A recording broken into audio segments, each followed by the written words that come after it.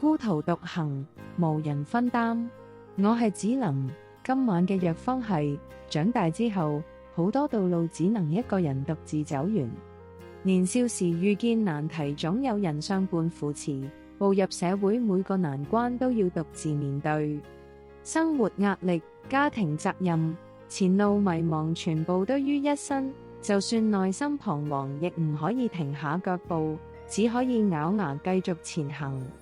身邊人來人往，大多只陪你走一小段，風雨到頭來只能自己抵擋。慢慢接受成年人嘅常態，就係孤獨前行。難道一路獨自扛下所有，唔會不時心生疲憊？我係子琳，堅守本心，從容前行。點個訂閱，願你從此百毒不侵。